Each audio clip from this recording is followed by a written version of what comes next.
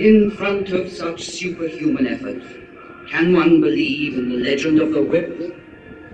It needs mystical fervor to build a pyramid. Faith.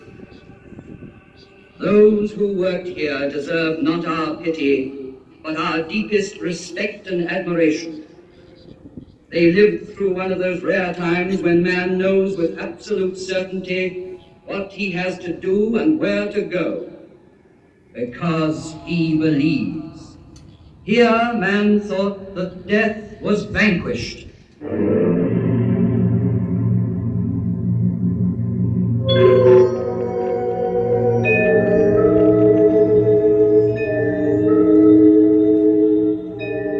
There, at my feet, on this vast site, with mankind still in its infancy, walked and worked surveyors, geometers, astronomers to whom no star was unknown, engineers, architects, a whole people, while the rest of the world hunted wild beasts and sheltered in caves.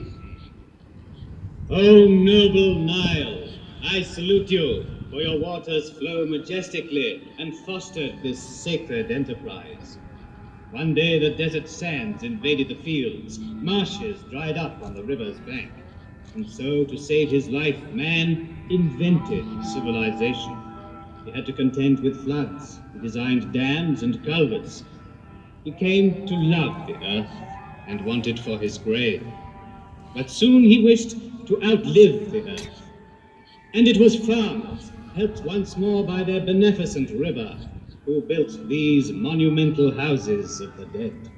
And I, Catherine's faithful companion, saw the progress of dynasties and grave priests, and the light steps of noble ladies whose diaphanous veils seemed to close them, yet not to touch them.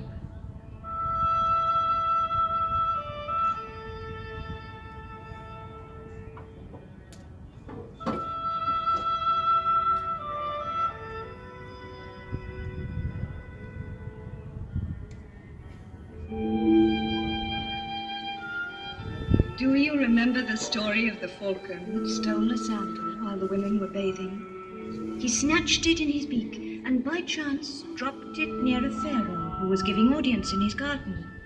So slender was the sandal, so small its size, that the pharaoh wished to see the owner. And he married her. And do you remember how a nobleman at the court of Cheops lured his wife's lover into a deep lake by means of a wax figure, and there had him turned into a crocodile by a magician? Wishing to impress the pharaoh with his magical powers, he willingly revealed what he had done, but carelessly too, for Cheops punished the guilty and the boaster equally. On his orders, the courtier was thrown to the crocodile, which devoured him, and the unfaithful woman was chastised. Do you remember, too, a young pharaoh, Amenhotep II? Never had there been an athlete so strong, so handsome, so fine. His shoulders were broad, his waist slender, his thighs were of bronze, and he could tame at will the wildest horse. His exploits are engraved on a stone which he laid before him. Then time in passing left him behind like an old mud. Sand was beginning to choke. Kept by war in Mesopotamia, Amenhotep II was far away from his land. Then one day, while hunting the lion, a prince stopped to rest in your shadow. He fell asleep. You gave him a dream and spoke to him.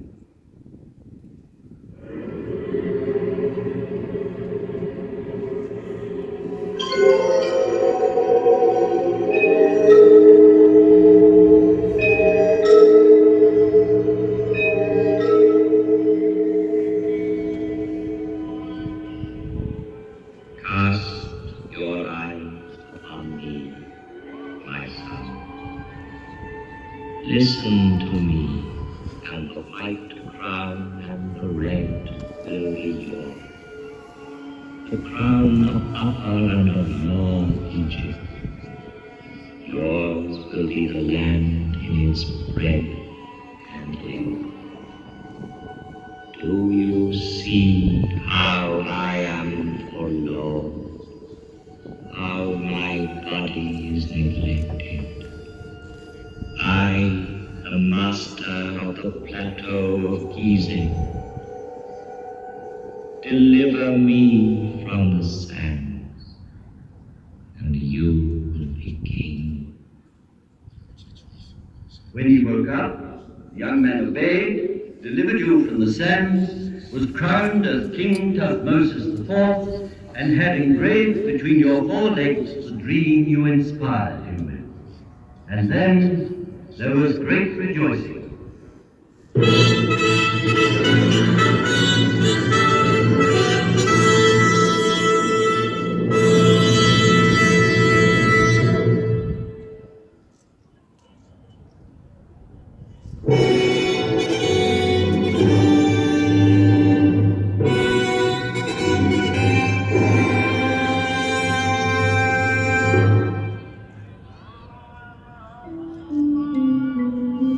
The coronation ceremonies have begun. Crowds have gathered on the bank of the Nile to watch the ritual tests of strength. Now the royal barge is coming upriver, manned by 200 oarsmen.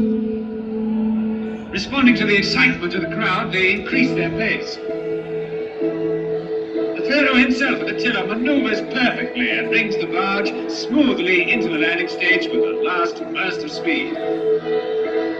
Cheers break out as the pharaoh comes ashore and swiftly makes his way towards the targets of copper set for his display of archery. The crowds follow him to watch.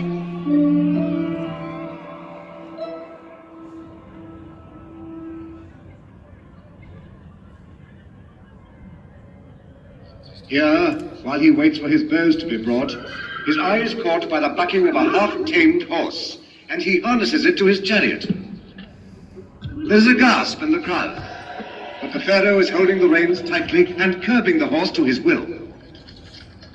He drives it round the dais, then brings it quietly back to its groove. The crowd cheers.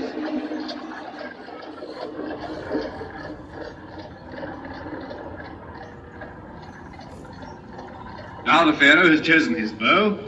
He has tried more than 50 others before selecting this one. He mounts his chariot and rides off towards the first target.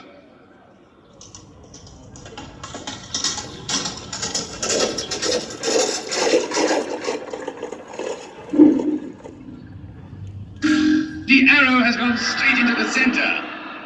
And again. And now his last arrow hits the target and goes right through.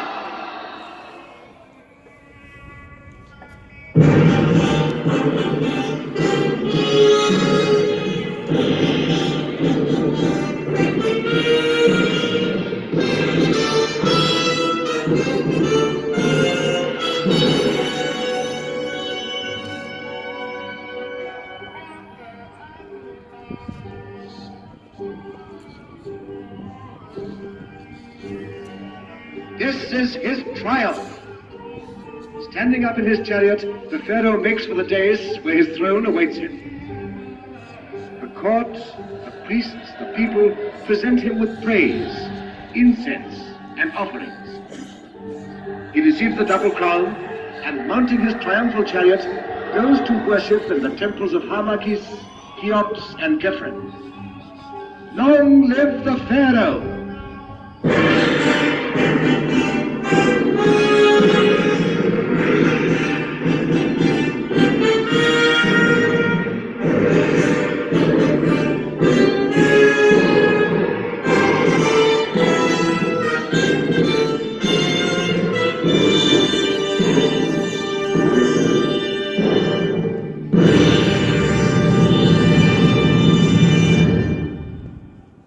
The monarch's reign has ended. The pharaoh is dead. And now from the valley rises the sad lament of his funeral.